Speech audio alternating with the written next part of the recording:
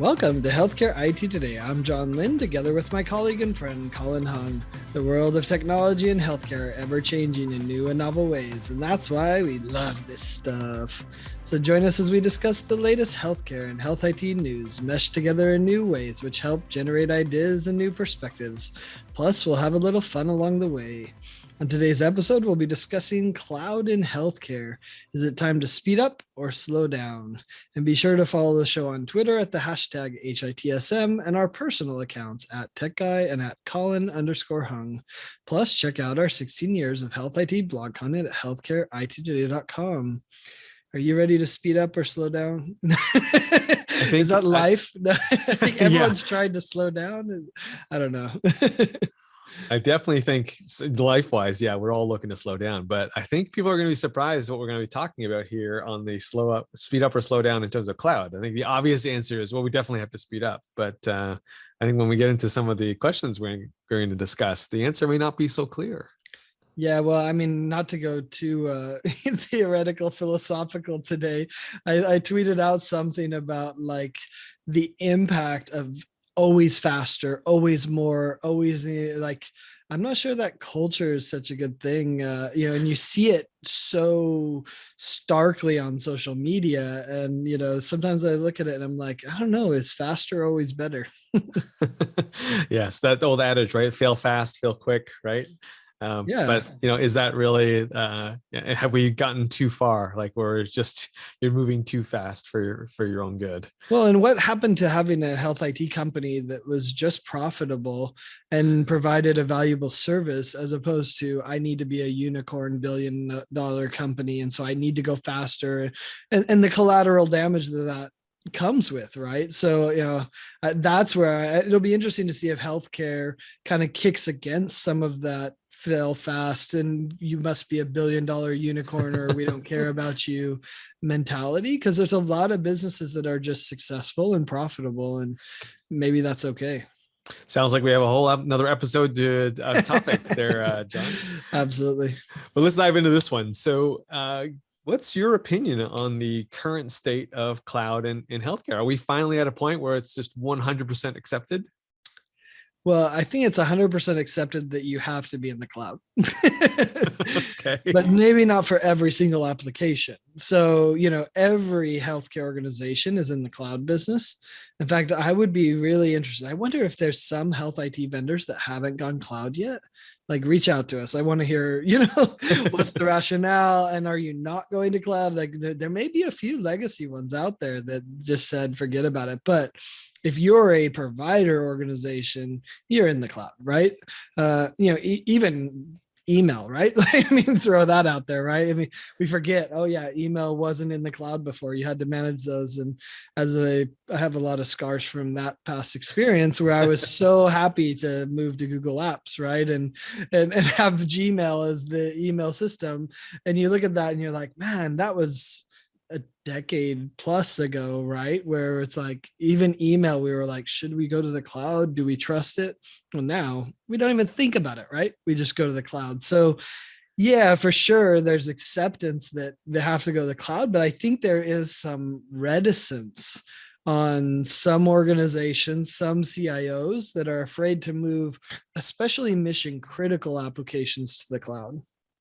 Yeah, I agree with you. I think it's not a question of whether you should or shouldn't go cloud. I think it's more of a question of the degree of cloud and where cloud is going to be deployed in your organization or not. Yeah, public, private.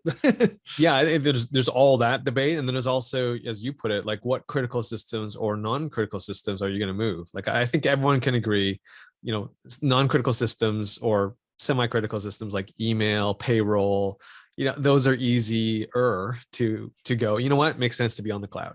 Those who experience Kronos ransomware may disagree with you. Yeah, sure. The Kronos situation notwithstanding. The payroll, but no, I mean, to your point, right? If it's a business application that is just checked in, occasionally or by a couple people, then it's very different to think about the cloud versus.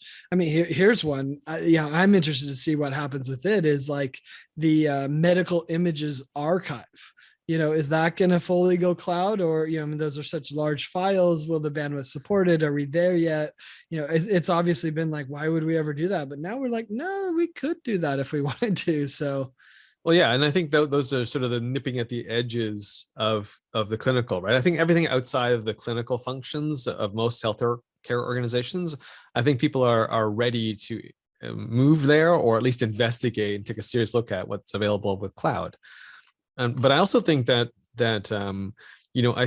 people are moving or thinking about cloud when it comes to add-on services to the clinical side. Like we hear a lot about AI, right? And if you want to, pass something through an image analyzer and use some AI to look at an image, I mean, you're probably not going to implement that in-house, yeah. right? It's probably faster if you just ship that one image somewhere, have it analyzed, and have the results come back, right? Or same thing with analyzing your logs, or analyzing, this giant data set that came from your data lake, right? You ship that off to someone who has the power to run that AI, and then you get the results back. So I think it's definitely, a question of, how far into the core are you really going to push cloud? And I think that does vary per organization and per leader, depending on how comfortable they are.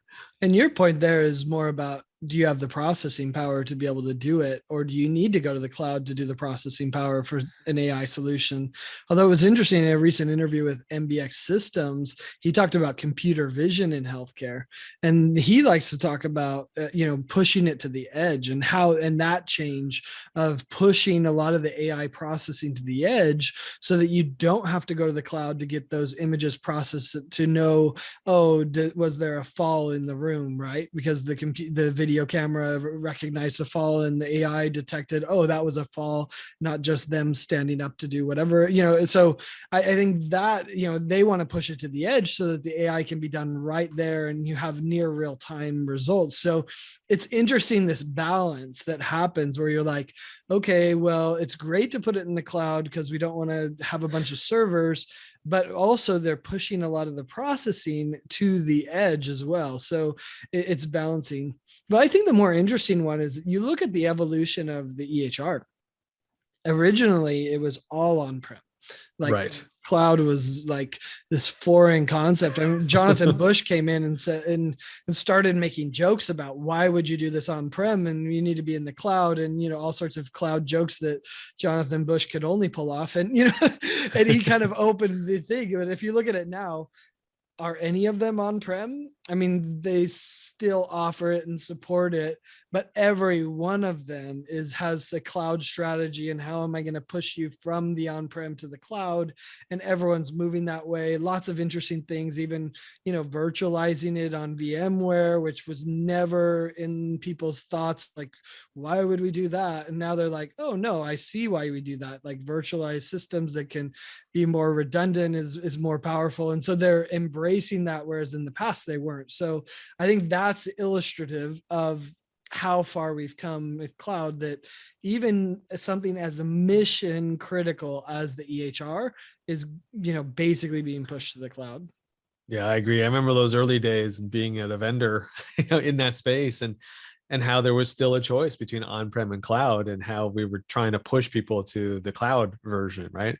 And it was weird when Clinical Works, came out, and those other companies that were cloud only, and you're like, wow, like, are we ready for that? And we were talking about that in the ambulatory space, right, where it's a lot easier to do that. And now, fast forward to today, and we're talking about major chunks of Epic and Cerner systems being cloud only, in order for you to access it. And for the most part, people are going, yeah, it makes sense, right? It makes sense that this is now cloud-based, because it is a little bit easier. And I don't want to be in the infrastructure management business, because it's getting more and more expensive, right? And yeah, what's getting the harder, I mean, I don't think so. I actually am just pushing the conversation forward. I don't think the CIOs are talking about this anymore. Instead, they're talking about, do I want to use a public cloud? Do I want to do a private cloud? right. Do I want to do some sort of hybrid cloud? Like, those are the discussions, and how should I do it? And unfortunately, the answer is, it's system to system dependent, right? And what resources do you have, and what skill set do you have, and all of those things. So it's not so much, are we going to the cloud? It's, should I do it public? Should I do it private? How can you roll it out? what do these applications support? Does it allow me to do things like interoperability, easier if I go a certain direction versus another?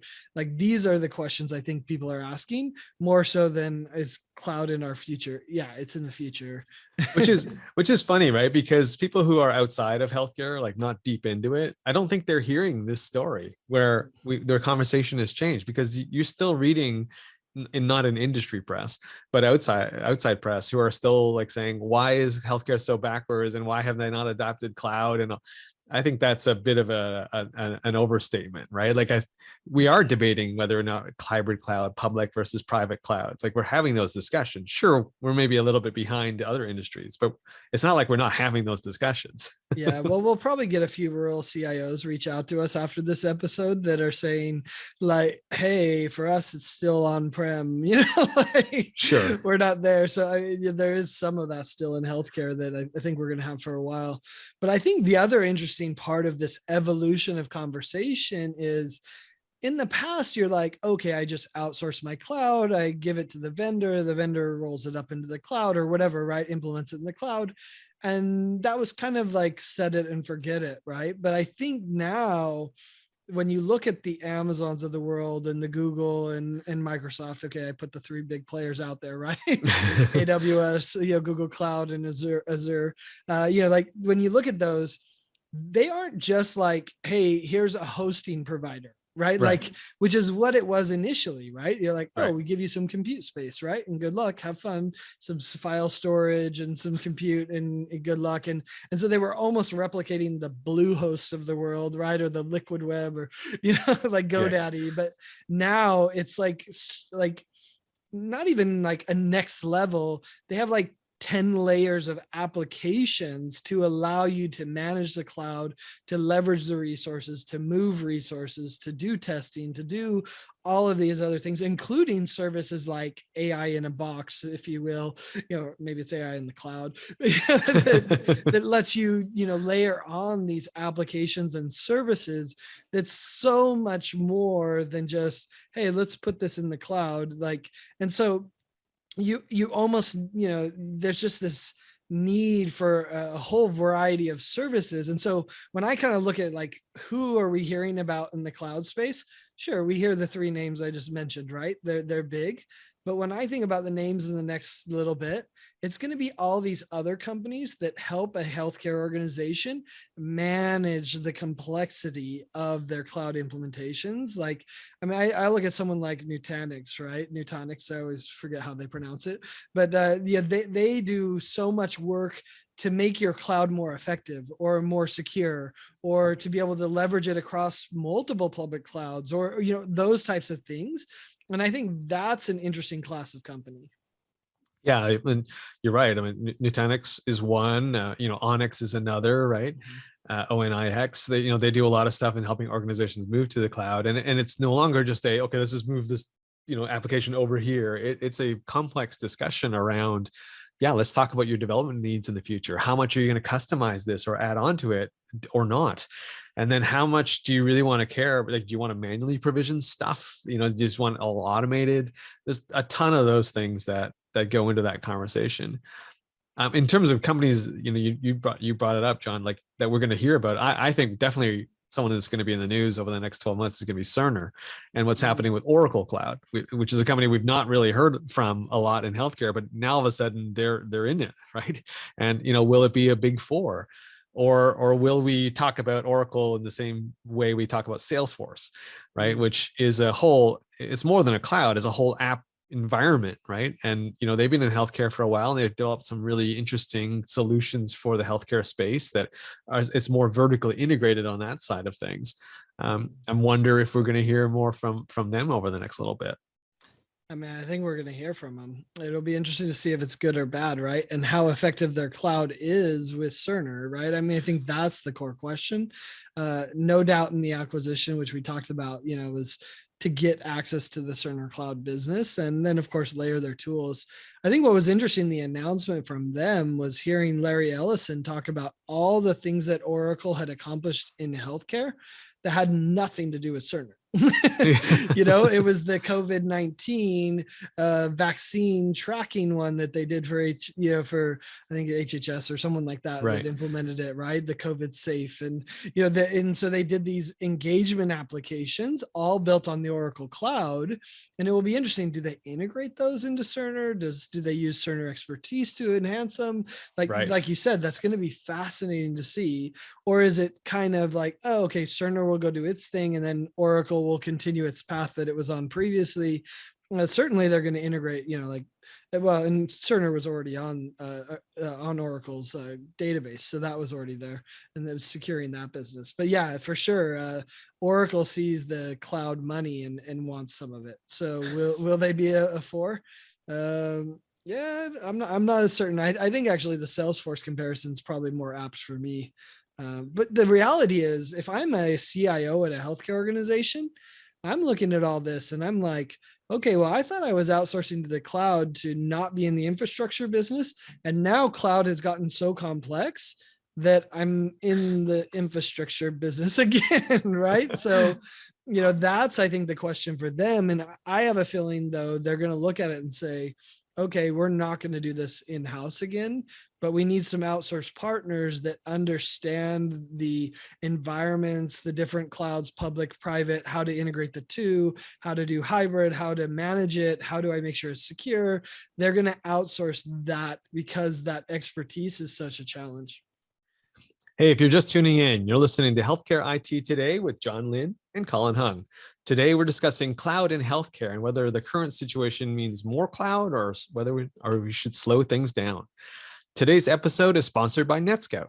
They have helped many healthcare organizations harden their infrastructure against cyber attacks, and they've helped improve performance of cloud and hybrid cloud environments. For more information, check out their website at www.netscout.com/solutions/healthcare. So, John, let's get to the title question here.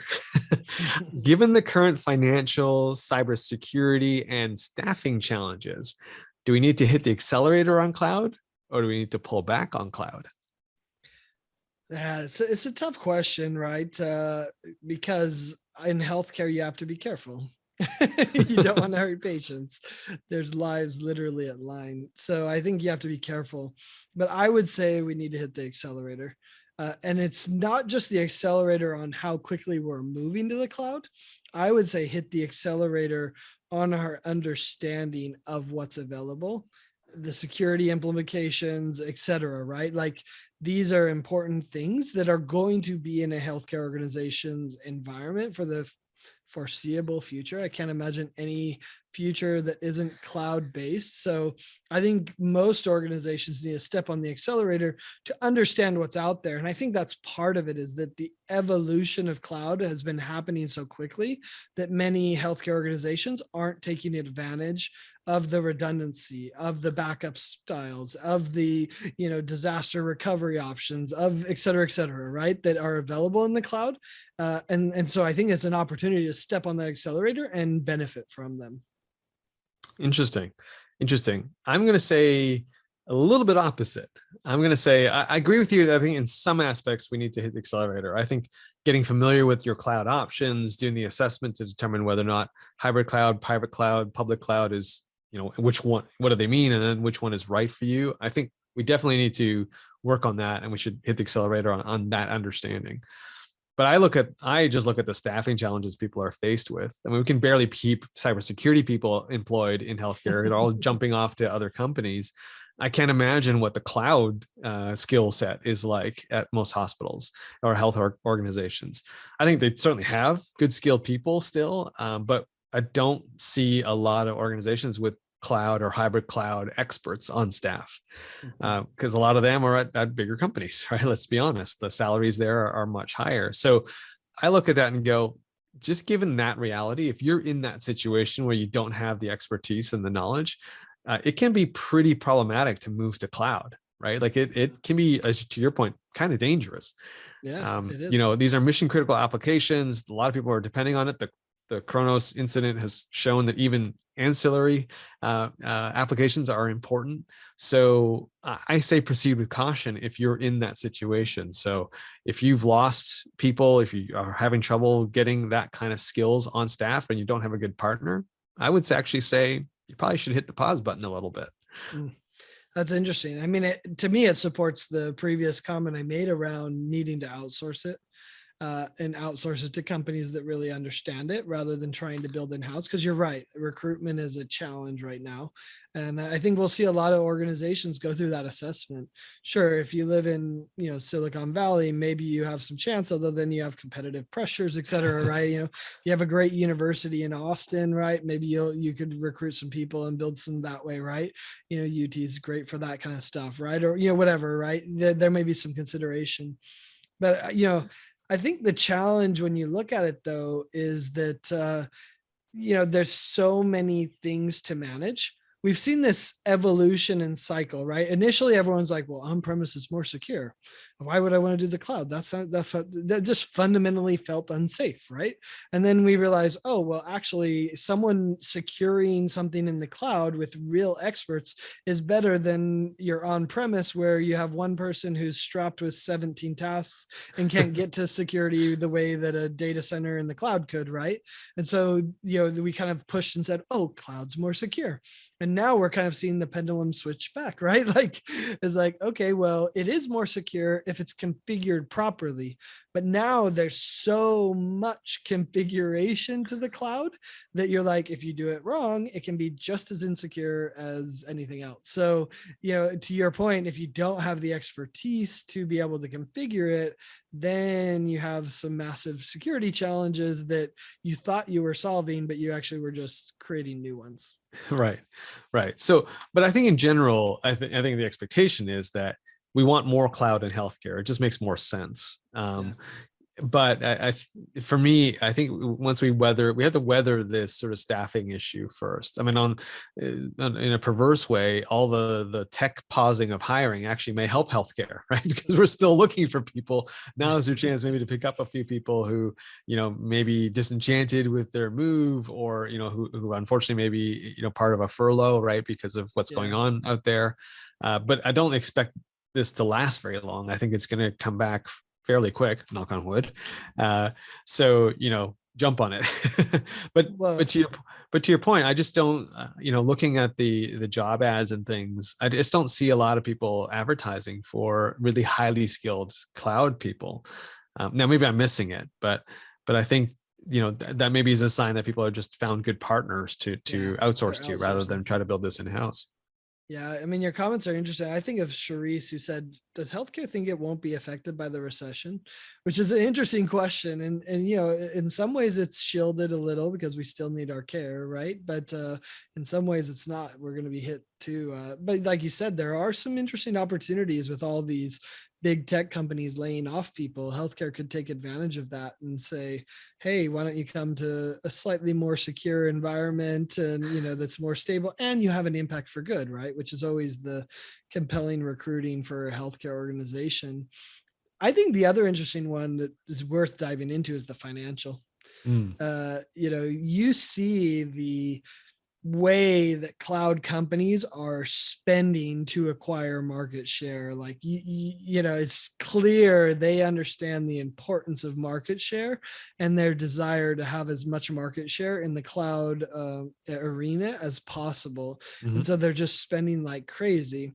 But you look at that and you say, okay, well, long term, how does that play out, right? Is there enough competition to keep the prices down and the costs low? Or are we kind of setting ourselves up for financial challenges in the future where we're paying, $100,000 a month for cloud services now, and then they triple the prices, and now we're paying $300,000 a month? That's a fear. I mean, interestingly enough, it hasn't happened in too many other places, right?